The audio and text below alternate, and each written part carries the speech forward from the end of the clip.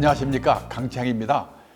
지난 시간에는 지금과 같은 이 100세 시대에는 가장 확실한 노후 대비는 평생 현역이다, 이런 내용을 말씀드렸습니다. 이 시간에는 이 100세 시대에 노후 대비 자산 관리, 부동산 자산 관리를 어떻게 해야 할 것인가, 유념해야 될 건 뭔가, 이런 내용에 대해서 말씀을 좀 드리도록 하겠습니다. 자산 관리를 하는 이유는 경제적으로 자립하기 위해서 하는 건데, 우리가 경제적으로 자립하지 못하면 평생 누군가에게 얹혀서 살 수밖에 없습니다. 여기서 말하는 경제적 자립이란 경제적 욕구를 스스로 충족시킬 수 있는 능력의 배양이나 확립만을 뜻하는 게 아니다.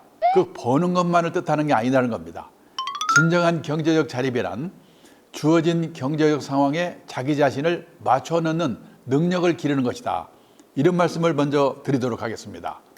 후반 인생 자산 관리를 하기 위해서는 나이가 50이 넘어가면 가장 먼저 할 게 뭐냐? 우리 집의 재산 상태를 살펴보는 일부터 하셔야 됩니다. 이 어떻게 하는가?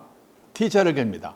T자 왼편에 되는 우리 집에 자산이 뭐가 있는가를 나열합니다. 자산은 실물자산과 금융자산으로 나눠지죠. 실물자산의 대표가 집입니다. 아파트 한 채 5억, 중고 자동차 있으면 한 대 100만 원. 금융자산, 현금, 예금, 주식, 채권, 펀드, 보험연금, 이거를 쭉 쓰고 시가를 씁니다. 합계가 10억이다. 그러면 우리 집의 자산의 합계 10억이 되는 겁니다. 오른편에다가는 은행이나 신용금고에서 돈 빌려온 거 있는가? 부채 차입금을 씁니다. 합계가 7억이다. 그러면 10억에서 7억을 뺀 3억, 이게 순수한 우리 집 돈 자기 자본입니다. 50대 후반이 되면 한 번 정도는 꼭 만들어 보셔야 되는데, 물론 이거 만들다가 조심할 게 있습니다. 언급결에 비자금 감천 등은 뽀록 나면 안 되니까 그건 조심하셔야죠. 근데 만들어 놓고 보면 우리나라 가정은 문제점이 두 가지가 있습니다. 첫째가 뭐냐? 여기 보는 것처럼 자산의 합계가 10억인데 부채가 7억인 집, 이런 집은 위험한 자산 구조를 갖고 있다, 이렇게 얘기합니다. 부채가 총자산의 3분의 2가 넘어가면 위험합니다. 아니, 10억 다 팔아서 7억 빚 갚아도 3억이 남는데 뭐가 위험해? 위험합니다. 왜냐하면 부채 차입금은 갚지 않으면 줄지 않지요. 하나님이 갚아주지 않으니까. 그런데 집값, 주식값, 자산 가격은 불황이 오면 얼마든지 절반으로 3분의 1로 떨어질 수 있습니다. 예를 들어서 절반으로 떨어졌다? 그러면 5억이 됐다. 부채 차입금은 7억, 2억의 채무 초과가 되는 겁니다. 빚을 안고 이 퇴직을 하게 되면 엄청 어렵습니다. 이런 집은 그 부인과 자식들 빼고 팔 수 있는 건 다 팔아서 빨리 빚부터 갚는 노력을 하셔야 됩니다. 근데 우리는 빚도 별로 없어. 재산도 제법 많아. 그런 집의 경우는 대개 두 번째 문제에 걸립니다. 갖고 있는 재산이 부동산밖에 없다는 게 문제입니다. 작년 여름에 한국은행에서 발표한 이 자료를 보신 분이 계실 겁니다. 구매력 평가 환율 기준으로 주요국의 가구당 순자산을 계산해서 발표했는데요. 우리나라는 53만 8천 달러, 약 5억 9천입니다. 그런데요, 프랑스는 52만 1천 달러, 우리보다 적습니다. 돈을 낸 건 일본입니다. 48만 6천 달러. 프랑스도 일본도 우리보다 몇십 년 앞서서 이 축적을 시작한 나라들입니다. 근데 그 나라보다 우리가 부자라는 뜻입니다. 놀랍지 않습니까? 근데 문제는 뭐냐? 갖고 있는 가구당 순자산이 우리나라는 80%가 부동산이라는 겁니다. 근데 일본이나 프랑스 이런 선진국은 부동산은 30%밖에 안 되고 금융자산이 70%입니다. 한마디로 말씀드리면 우리나라는 부동산이 많이 올라서 그게 과대평가돼가지고 지금 부자인 것처럼 보인다는 겁니다. 근데 이웃나라 일본도 1990년에는 부동산의 비중이 60%, 우리나라 비슷했습니다. 지금은 이 비중이 30%로 줄어들었습니다. 절반으로. 그 이유가 세 가지인데요. 그 첫째 이유가 뭐냐면 지난 30년 동안 일본의 집값, 땅값이 계속 떨어졌습니다. 두 번째는 일본의 경우에 집 없으면 어때? 빌려 살면 되는 거지? 우리처럼 집에 한이 맺혀 있지 않습니다. 집에 대한 인식이 달라졌습니다. 우리나라나 일본은요, 이 농경 문화를 가진 나라입니다. 근데 농경 문화를 가진 나라들은 정착해 살기 때문에 내 땅, 내 집 엄청나게 집착을 하는 거죠. 근데 일본도 똑같이 우리나라와 비슷했는데 한 20년 전부터 일본에서 그 집착했던 거가 바뀌어졌다는 겁니다. 시골에 살던 사람들이 도시로 이동을 했습니다. 일본도 우리나라 마찬가지입니다. 또 2차 대전 후에 베이비붐 세대가 출생이 됐습니다. 그 사람들이 집을 사면서 집값을 다 올린 거거든요. 그런데 그런 생각들이 바뀌어졌다는 겁니다. 집에 대한 인식이. 그래서 일본에서는요, 보통 사람이 내가 3억 원의 돈이 있다. 그러면 은행에서 더 빌려가지고 집을 살까? 아니면 집은 빌려 살면서 이 돈을 딴 데 활용할까? 냉정하게 생각해 봅니다. 왜냐하면 집은 감가상각비 내야 되죠. 세금 내야죠. 관리비 내야죠. 그러니까 골치 아프니까 차라리 빌려 살고 이 돈을 딴 데 활용하자는 생각도 하고 있는 겁니다. 근데 지금 우리나라는요, 이 부동산이 난리기 때문에 내가 돈이 한 푼도 없어도 은행에서 빌릴 수만 있다면 무조건 빌려 집을 살라고 그러죠. 이것이 앞으로 10년 후, 20년 후에도 그대로 그 생각이 바뀌지 않을 건가? 일본의 사례를 보면 그렇지 않다고 생각합니다.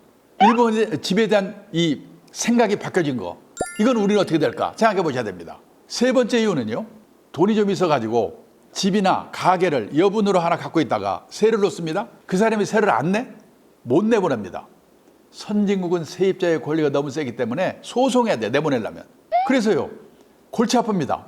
그러니까 보통 사람들은 실물로 부동산에 투자하는 게 아니라 부동산에 투자하는 펀드에 투자한다는 겁니다. 그게 금융자산 안에 포함이 되는 겁니다. 그래서 미국, 일본이 금융자산의 비중이 70%라는 겁니다. 우리도 이런 방향으로 좀 가고 있습니다. 근데 제가 어디 가서 이 말씀을 드리면 대부분 분들이 얼굴 표정에 나타납니다. 저 친구 증권회사에서 온 모양이지 주식 사라고 꼬시려고 그러는구나. 그러니까 부동산 안 된다고 해놓고 보나마나 막판에 가면 주식 사라고 할 거야. 그런 표정들이십니다. 아닙니다. 그 부동산이 너무 80%나 차지하고 있는 게 문제라는 것이지 부동산을 사라 팔라 이런 말을 말씀드리려고 하는 게 아닙니다. 요즘같이 부동산이 난리인데 함부로 제가 말 잘못하다 큰일 나거든요. 다만 부동산에 대해서 생각을 바꿀 게 두 가지가 있다. 그걸 말씀드리는 겁니다. 첫째, 우리나라는 땅이 좁은 나라다. 좁죠? 근데 그 땅은 해외에서 수입도 못 해오잖아. 그러니까 다소 비싸게 사더라도 기다리고 있으면 언젠가는 올라. 땅에 묻어두는 게 최고야. 실제 지금까지 그랬지요. 근데요, 앞으로 이 국제화된 시대에는 땅도 얼마든지 간접적으로 수입해 올 수 있는 거다. 그런 눈으로 땅을 보셔야 된다는 거예요.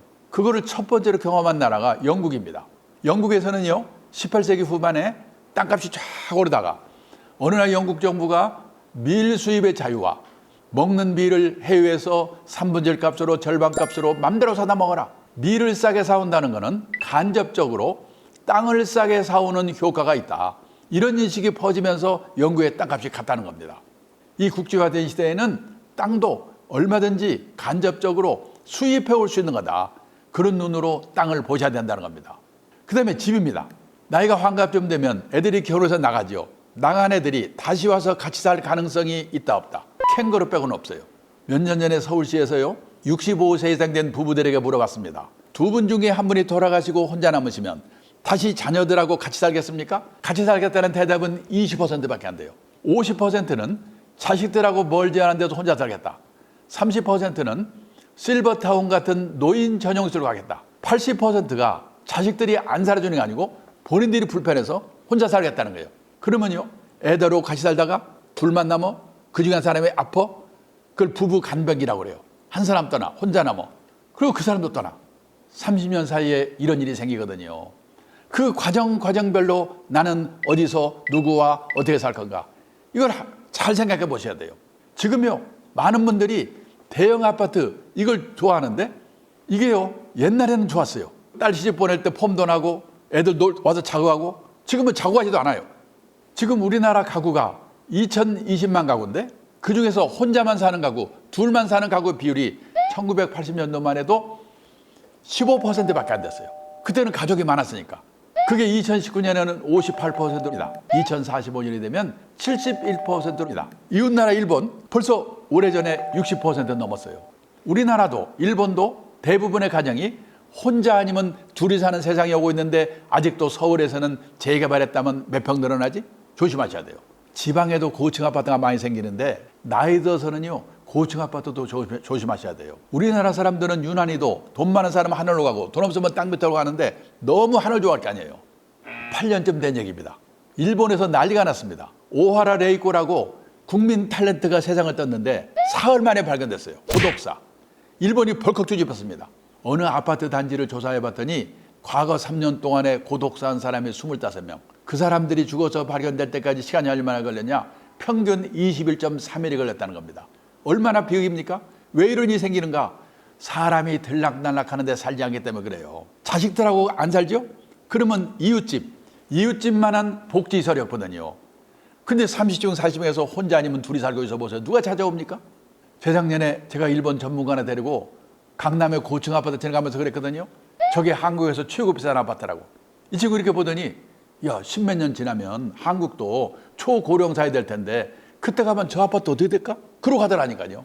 또 하나는요. 제가 얼마 전에 빅데이터를 통해서 본 일본 부동산 시장의 전망 이런 자료 읽었는데 거기 이런 말이 나와요. 일본의 노후화된 아파트들이 재건축을 못해가지고 슬럼화돼 가고 있대요. 재건축에 성공하려면 두 가지 조건이 충족돼야 돼. 첫째, 위치가 좋아야 돼. 둘째, 저층해야 돼. 고층으로 만들면서 비용을 빼야 되니까. 근데 위치가 별볼일 없고 이미 고층이면 안 되는 거예요. 슬럼화돼 가고 있어요. 그나마 재건축에 성공한 아파트가 있긴 있어요. 어떤 아파트냐? 지진 나서 무너진대. 대부분이. 지진 나기를 기다릴 수 없는 거 아니에요. 근데 일본을 우리가 걱정할 때가 아닙니다. 일본은 아파트의 슬럼화가 문제라고는 하지만 전체 주택수의 아파트 비율이요 10%밖에 안 되거든요. 지방도시 가면 거의 없어요. 우리는요 전체 주택수의 아파트 비율 얼마인지 아십니까? 재작년에 51%. 더 늘어날 거예요. 저는 지방도시를 가면서 벌판에 고층 아파트 있는 거 보면요 앞으로 10년 후 20년 후 우리 손주들이 저거 때려부시려고 얼마나 고생할까 그런 걱정을 하고 있습니다. 그래서 요즘 일본에서 유행하는 게 뭐냐, 부부만 남았거나 사별하고 혼자 되면 어디 사는가? 시내에서 병원 가깝고 문화시설 가깝고 그다음에 쇼핑 가까운데 이런 데 사는 게 유행하기 시작하고 있어요. 그 다음에요 집은 누가 사냐? 젊은 사람들이 사잖아요. 근데 과거 지난 20년 동안에 100만 가구가 줄었고 앞으로 20년 동안에 130만 가구가 또 준대요. 근데 집을 늘려가는 건 40, 50대거든요. 지난 20년 동안에는 260만 가구가 늘었는데 앞으로 20년 동안에는 190만 가구가 줄어든답니다. 그럼 무슨 가구만 느는가? 노인네 가구만 지난 20년 동안에 400만 가구 늘었고 앞으로 20년 동안에 530만 가구가 또 는데요. 근데 노인들은 이미 집이 있거나 집이 없더라도 살 능력이 없는 분들밖에 없잖아요. 누가 집을 살 건가? 생각해 보셔야 됩니다. 1, 2인 가구는 지난 20년 동안에 680만 가구 늘었고 앞으로 20년 동안에 380만 가구가 또 는데요. 그런데 3인 이상 가구는 지난 20년 동안에 110만 가구가 줄었고 앞으로 20년 동안에 170만 가구가 또 준대요. 우리나라 집값에 앞으로 10년은 20년 후에 어떤 영향을 줄 건가 한번 잘 생각해 보시라는 겁니다. 그렇다고 제가요 집을 파세요, 사세요 이런 말 말씀드리는 거 아닙니다. 이 난리통에 제가 무슨 말을 합니까? 모든 분이 조급증에 걸려 있는데 작년 봄에 제가 강남에 재건축하고 입주한 아파트 경로당에 가서 강의를 했거든요. 강의가 끝나니까 한 분이 저한테 오시더니 뭐라고 하냐면 그 단지 안에 45평짜리 아파트를 갖고 있었는데 입주 전에 벼락같이 오르니까 그거를요 20매덕에 팔았대요. 팔고 나서 10억이 올랐답니다. 저보고 그걸 다시 되사야 됩니까? 어떻게 됩니까? 물어보는 겁니다. 제가 그걸 알면 거기를 왜 갑니까? 모르죠. 그럼 어떡하란 말이냐? 결론이 뭐야? 사고 말고는 알아서 하시고 원칙만은 지키세요. 원칙이 뭐냐? 투자라고 하는 것은 리스크가 따르는 것입니다. 따라서 재산이 한 곳에 집중되어 있으면 안 됩니다. 갖고 계신 재산이 100% 부동산에 몰빵되어 있으시다면 그 부동산이 오를 때 오를망정 우선 10%, 20%라도 금융자산을 가지세요. 그리고 나이가 들어가면서 금융자산의 비중을 높여가셔야 됩니다. 그래서 환갑 나이쯤 되면 반반 정도는 돼야 된다. 우선 이거라도 지켜야 나중에 집값이 떨어지더라도 뭐 오르더라도 하우스포의 염려는 없다는 거죠. 그래서 결국 주택은 재테크의 수단이 아니고 주거의 수단이다. 이런 생각을 하셔야 된다는 말씀드리면서 제 강의를 끝내겠습니다. 다음 시간에는 그러면 자산관리 중에서 금융자산 관리는 어떻게 해야 되는가 하는 내용에 대해서 말씀을 드리도록 하겠습니다. 야, 100세 인생 설계 너도 할 수 있어. 좋아요, 구독 잊지 마세요. 군포시 도서관 구독 부탁드립니다.